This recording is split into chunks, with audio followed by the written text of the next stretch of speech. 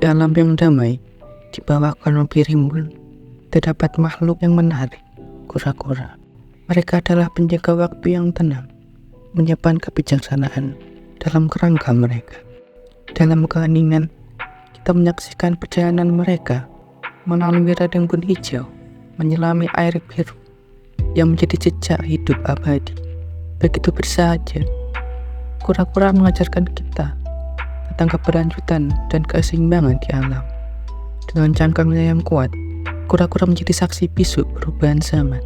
Dari tepi sungai hingga dataran berumput, mereka adalah bagian tak terpisahkan dari ekosistem yang indah. Kura-kura sebagai anggota kelas reptilia memiliki sejumlah ciri khas fisik yang membedakannya dari hewan lain. Salah satu ciri paling mencolok adalah keberadaan cangkang keras yang melindungi tubuhnya. Cangkang ini terdiri dari dua bagian utama, karapas bagian atas, plastron bagian bawah, yang memberikan perlindungan maksimal terhadap predator.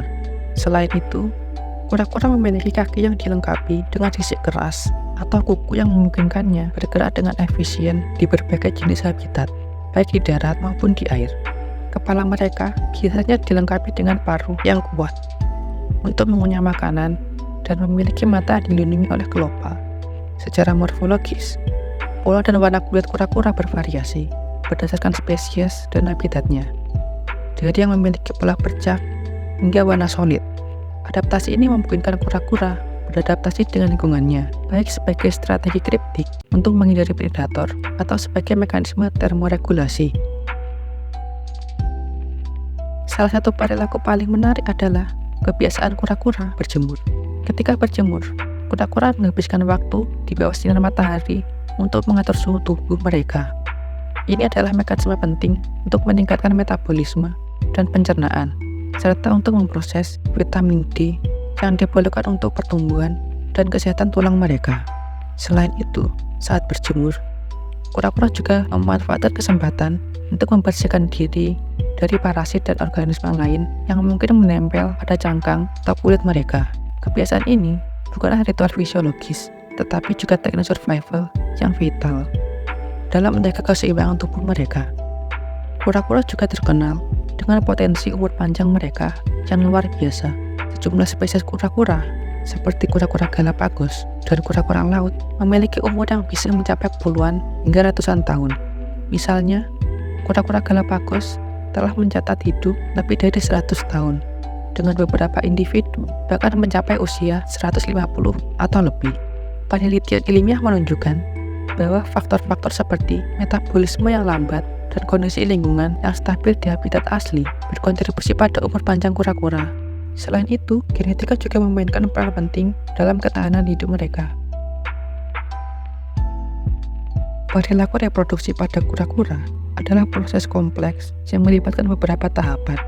Umumnya, kura-kura melakukan ritual kawin yang melibatkan interaksi antara jantan dan betina. Betina menelurkan telurnya di tempat yang dipilihnya dengan hati-hati. Seringkali di atas pasir, betina akan menggali lubang dangkal dan meletakkan sejumlah telur di dalamnya.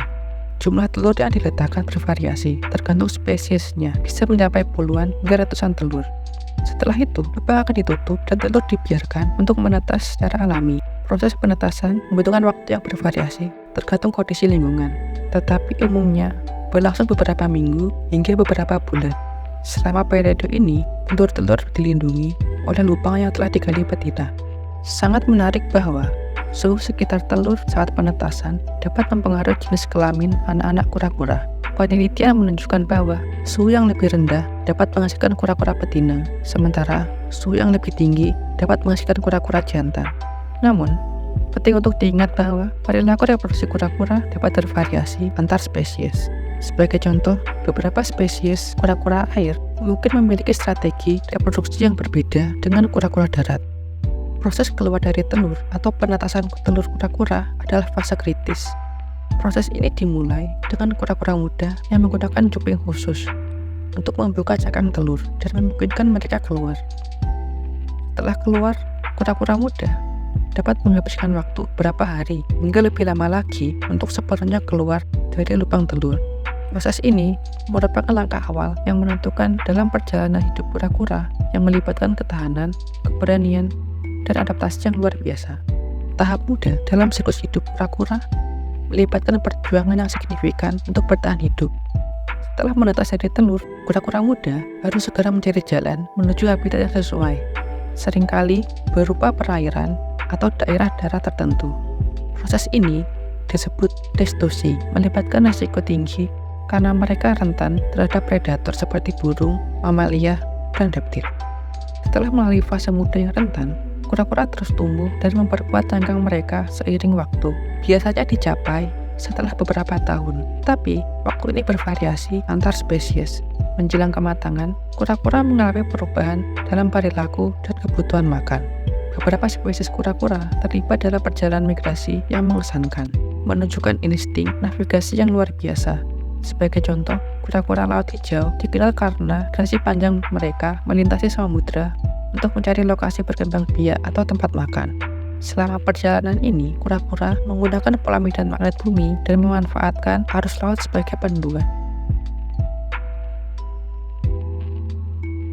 Asal-usul dan evolusi kura-kura merinci kisah panjang, adaptasi, dan perubahan dalam evolusi biologis.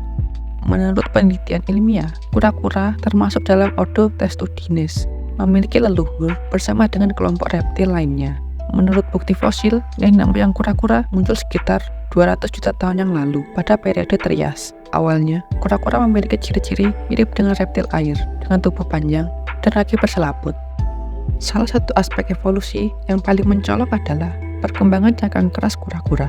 Fosil-fosil menunjukkan tradisi gradual dari reptil tanpa cangkang menuju reptil ciri-ciri cangkang yang lebih kaku. Cangkang ini merupakan modifikasi tulang dan keratin, memberikan perlindungan tambahan terutama melawan predator. Selama perkembangannya, kura-kura mengalami adaptasi untuk menyesuaikan diri dengan lingkungan yang berubah. Beberapa spesies berkembang menjadi penjelajah daratan, sementara yang lain tetap terkait erat dengan perairan. Perubahan iklim dan kondisi lingkungan mendorong evolusi spesies kura-kura, membentuk variasi yang luar biasa dalam bentuk tubuh, ukuran, dan perilaku. Kura-kura adalah makhluk yang menghuni berbagai habitat alami di seluruh dunia. Mereka biasanya hidup di habitat air tawar seperti sungai, danau, rawa-rawa, serta beberapa spesies yang beradaptasi dengan lingkungan darat dan semi-akuatis.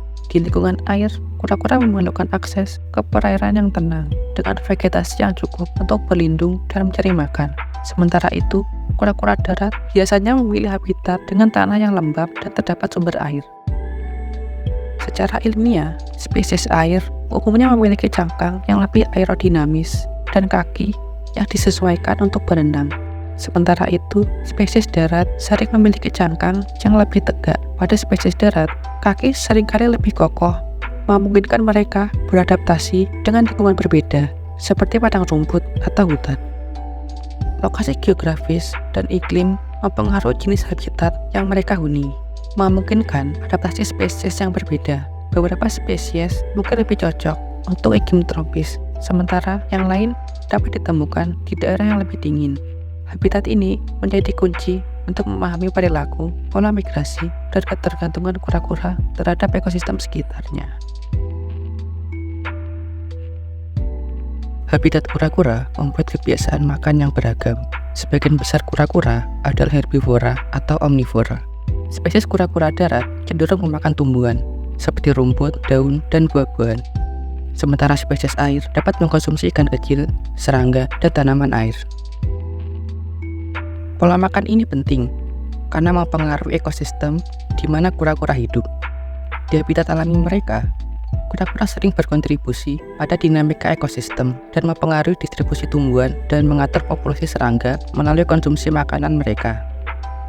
Sebagai pengembala alami, mereka dapat mempengaruhi struktur vegetasi di sekitarnya. Kura-kura air, misalnya, juga dapat mempengaruhi kualitas air dengan aktivitas filtrasi mereka. Studi ilmiah telah menunjukkan bahwa kura-kura darat dapat memiliki dampak positif terhadap tanah. Ketika mereka menggali untuk membuat lubang atau mencari makanan, mereka membantu memperbaiki tekstur tanah dan memfasilitasi pergerakan air. Fenomena ini memiliki implikasi signifikan terhadap keberlanjutan ekosistem dan siklus nutrisi.